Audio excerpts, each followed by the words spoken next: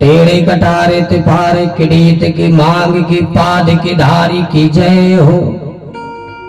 कुंडल जाय कपोलन पे मुस्कान धीर प्रहारी की जय हो। अब तो समस्त गोपीवाल बढ़िया हाथ जोड़ करके प्रार्थना करने लगे।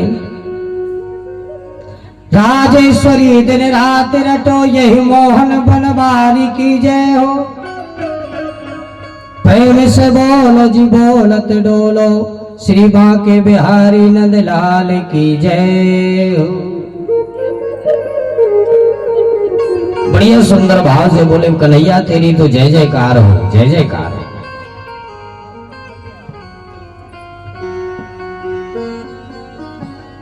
इस प्रकार से समस्त ब्रजवासियों ने वैकुंठ के दर्शन कन्हैया के माध्यम से किए। बोले वैकुंठनाथ की जय हो। भगवान की भगवत्ता का दर्शन स्मरण करके अब श्री सुखदेव जी महाराज भगवान के महाराज का वर्णन करते हैं। रासलीला क्या है? रसाणाम समूहाः रासा, अर्थात रसराज स्वरूप परमात्मा का रसास्वादन करने की विधि का नाम ही महाराज है। प्रत्येक जीव जो श्री कृष्ण के रस का ही पान करे वही इस महाराज में शामिल हो सकता है। गोपी किसे कहते हैं? गोपी इंद्रिय कृष्ण रसम पिबत इति गोपी, अर्थात जो समस्त हमारे शरीर में 10 इंद्रियां हैं, 5 ज्ञान 5 कर्म, तो 10 इंद्रियों से यदि हम प्रभु के पाद पद्मों का स्मरण करें तो जब ये 10 इंद्रियां प्रभु के पाद पद्मों का स्मरण करें तो वो प्रत्येक जीव ही गोपी है। चढ़े जब वृंदावन को रंग, गोपी भाव सहज में उपजे पुरुष भाव होए भंग। कब पुरुष भाव भंग हुए? बोले चढ़े जब वृंदावन को रंग।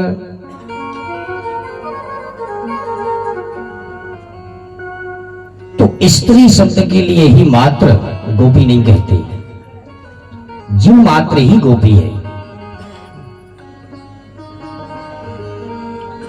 आज भगवान अपने बांसुरी का परिपाद कर रहे हैं।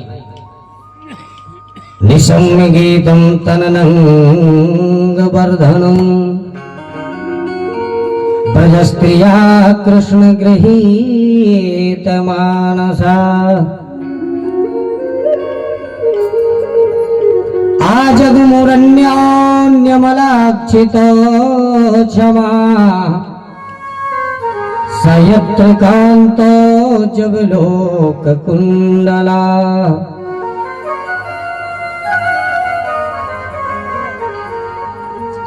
भगवान की ब्रज भूमि में 2 बार बांसुरी बजी और 2 बार ही बजी, तो वो भी शरद में ही बजी। पहली बार जब बांसुरी का वादन किया तो जब पहली बार बांसुरी बजाई तो सर्वभूत मनोहरम, वो समस्त जीव के लिए सुनाई पड़ी। पर जब आज दोबारा प्रभु ने बांसुरी का वादन किया तो भगवान पिता रात्रि शरदोत्फुल्ल मल्लिका वीक्षरन्तुं मनश्चक्रे योग मायामुपाश्रिता। इति वेणुरजं वेणुरवं राजं सर्वभूत मनोहरम। ये बांसुरी किसी को सुनाई नहीं पड़ी, और सुनाई पड़ी तो किसको? जिसको भगवान अपने रास में बुलाना चाहते हैं। सुखदेव जी के शब्दों में सुने कि भगवान ने जब बांसुरी बजाई तो गोपियां कैसे अपने आप को संभाल रही हैं। लिम्पन्त्यत्य प्रवज्जन्त्योन्या अजन्याकाश्चलोचने व्यतस्तवस्त्राभरण काश्चित् कृष्णान्तिकं ययो। जय जैसे ही सब गोपियां आई और भगवान के सामने खड़ी हुई, तो आई कैसे? जब बांसुरी का वादन प्रभु ने किया और जो बांसुरी कान में पड़ी नहीं कि पड़ते ही अपने शरीर का ही भान भूल जाती है कि हम हैं कहाँ, हम कौन हैं, हम कैसे हैं, हमको करना भी क्या है। कोई सखी श्रृंगार कर रही है तो श्रृंगार भी उसका विघृत हो जाता है।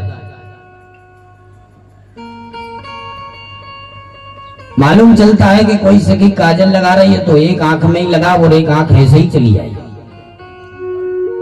पांव की पायल को मालूम चला कि गले का हार बना लिया।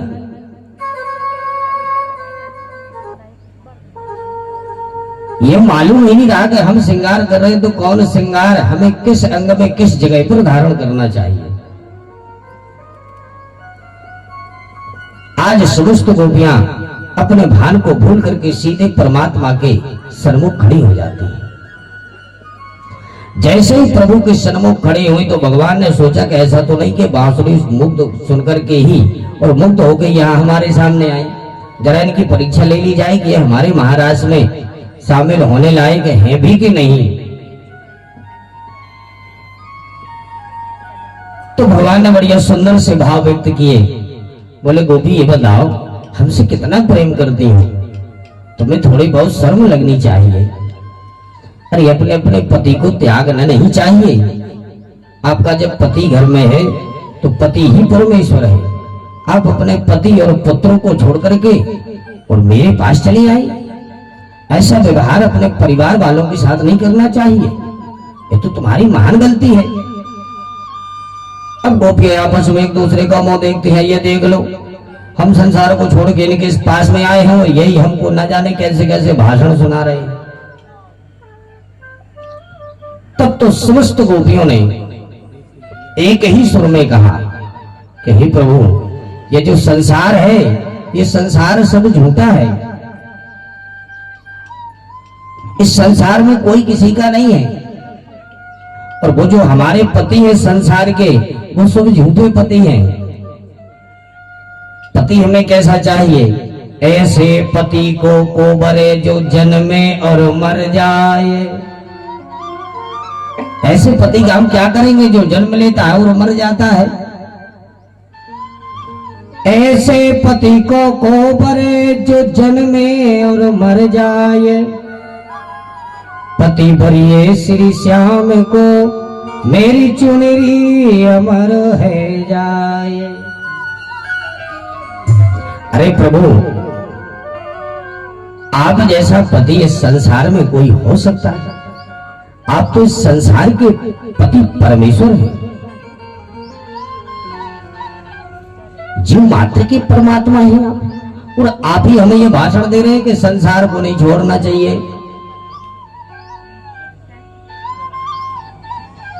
गोपियों ने बड़ी जब भगवान ने समझाया तो समस्त गोपियां एक स्वर में बोली, कहा प्रभु हमें आपसे एक निवेदन करना है। करो देवी क्या करना है? तब तो समस्त गोपियों ने बड़ी सुंदर बात रखी। बोली कहा प्रभु बस हमें पूछना इतना है, आपने तो कहा पर उसी का ही मैं सटीक जवाब आपसे ही पूछ रही हूं कि हमारे जो पति हैं, पति जब परदेश जाने लगे और उसकी जो धर्म पत्नी थी वो पतिव्रता थी, और पति परदेश जब जाने लगे तो पत्नी का ही कर्तव्य है कि जो पतिव्रता स्त्री होती है वो बिना पति के दर्शन किए जब तक पति भोजन न कर ले तब तक पत्नी भोजन ही न करे। ऐसे कुछ नियम होते हैं। तो महाराज पति जब प्रदेश चला गया और पत्नी का कर्तव्य है कि पति की नित्य प्रति पूजा करनी चाहिए। अब पति प्रदेश जा रहा है तो पत्नी ने हाथ जोड़ करके कहा कि स्वामी आप तो प्रदेश जा रहे हो और आपको मालूम है कि मैं आपके जब तक पूजा ना करूं तब तक भोजन ही नहीं करती। तो पति ने बढ़िया सुंदर जवाब दिया कि देवी हम तो जा ही रहे हैं, यदि हम ऐसे ही रहेंगे अपनी पूजा करवाते रहेंगे तो फिर मालूम चला कि हमारे बच्चों की हो गई पूजा, कुछ तो करना पड़ेगा। तो कमाने के लिए जब पति प्रदेश जाने लगा तो पति ने कहा कि देवी ऐसा करो कि आप मेरी एक फोटो खींच लो, उस फोटो को सामने रख लो और मेरी फोटो की ही पूजा करते रहना। तो आपका जो पतिव्रत धर्म है वो भी बढ़िया चलता रहेगा, और हम प्रदेश में जाकर के कुछ धन कमा करके लाएंगे तो अपने परिवार का भरण पोषण भी होता। बहुत सुंदर विचार। तो पति की फोटो खींच करके और उसी फोटो को रख लिया और पति प्रदेश चले गए। अब यहां पर देवी का तो काम ही था कि अपने पति की पूजा करनी, तो रोज पूजा करे। जब पति की पूजा हो जाए तब जाकर के भोजन पर। अब भोजन कब करे? जब पति की पूजा हो जाए। एक दिन बेचारी पति की फोटो की पूजा कर ही रही थी कि उस समय में सचमुच में ही पति आ गया, और जब जब ये पूजा करे तब दरवाजे बंद कर दे कि कहीं ऐसा ना हो कि मैं पति की पूजा करूं और यदि द्वार खुले हो तो मालूम चला कि कोई जानवर घुस करके और सारे घर में न जाने क्या क्या ले जाए। ऐसा अधिकांश होता है, यदि द्वार खुले हो और घर में यदि कोई काम करो तभी के ऐसा काम करना पड़े कि वो काम छोड़ भी ना सके, और तभी के कोई कुत्ता बिल्ली इत्यादि पड़ जाए। तो वो सदा द्वार बंद करके ही अपने पति की पूजा कर रहे। अब यहां पति की पूजा और वहां सचमुच में ही पति आ गया, और जो पति आया द्वार पर खड़े होकर के अब वो बढ़िया साकर बजाने लगा, आवाज देने लगा। अब वो पति व्रता स्त्री तो पति की पूजा कर रही थी, तो अब यहाँ पर पूजा भी अधूरी नहीं छोड़ सकती। तो अब बताइए कन्हैया कि अब मैं जाऊं कहां? पूजा छोड़ती हूं तो पतिव्रत धर्म नष्ट होता है, और वहां मेरे सचमुच में पति आए हुए हैं। अब यदि मैं पति के पास नहीं जाती तो भी हमारा पतिव्रत धर्म नष्ट होता है। अब मैं जाऊं किधर? यहां मैं पूजा छोड़ूं कि वहां पति के पास जाऊं? और पति की ही आज्ञा का पालन कर रही हूं। पति ने कहा कि मेरी फोटो की पूजा करो, तो मैं फोटो को छोड़ करके क्या सचमुच के पति के पास जाऊं? तब तो भगवान भी सोचने लगे, वाह देवी, उसका मतलब तुम बहुत पढ़ी लिखी हो। ये बुद्धि विचार कहां से आए तुम्हारे? भगवान भी जवाब ना दे पाए। भगवान ने कहा, देवियों, मैंने समझ लिया कि आप सर्वस्व से संसार को त्याग करके ही हमारे पास आई हैं। तब भगवान ने महाराज का प्रारंभ किया, और जो महाराज प्रारंभ किया नहीं कि भगवान जितनी गोपियां उतने ही भगवान ने रूप बनाया, प्रत्येक गोपी के साथ भगवान थिरक थिरक करके नाचना प्रारंभ कर देते। प्रत्येक गोपी को लगने लगा कि प्रभु तो हमारे ही पास है, कन्हैया तो हमारे ही पास है, किसी दूसरी सखी के पास तो है ही नहीं। इसका मतलब है कि प्रभु हमसे बहुत प्रेम करते हैं, बहुत स्नेह करते हैं। जब गोपियों के अंदर ये भाव जागृत हुए तो भगवान भी समझ गए कि प्रत्येक गोपी के हृदय में अभिमान आ गया। पर सब गोपियों के अंदर अभिमान तो जागृत हुआ, पर राधा जी के अंदर जागृत नहीं हुआ अभिमान। और जहां आता है अभिमान वहां से खिसक जाते हैं भगवान। तो भगवान ने देर नहीं की, समस्त गोपियों को छोड़ करके और सीधे राधा रानी को लिया, और राधा रानी को लेकर के प्रभु अंतर ध्यान।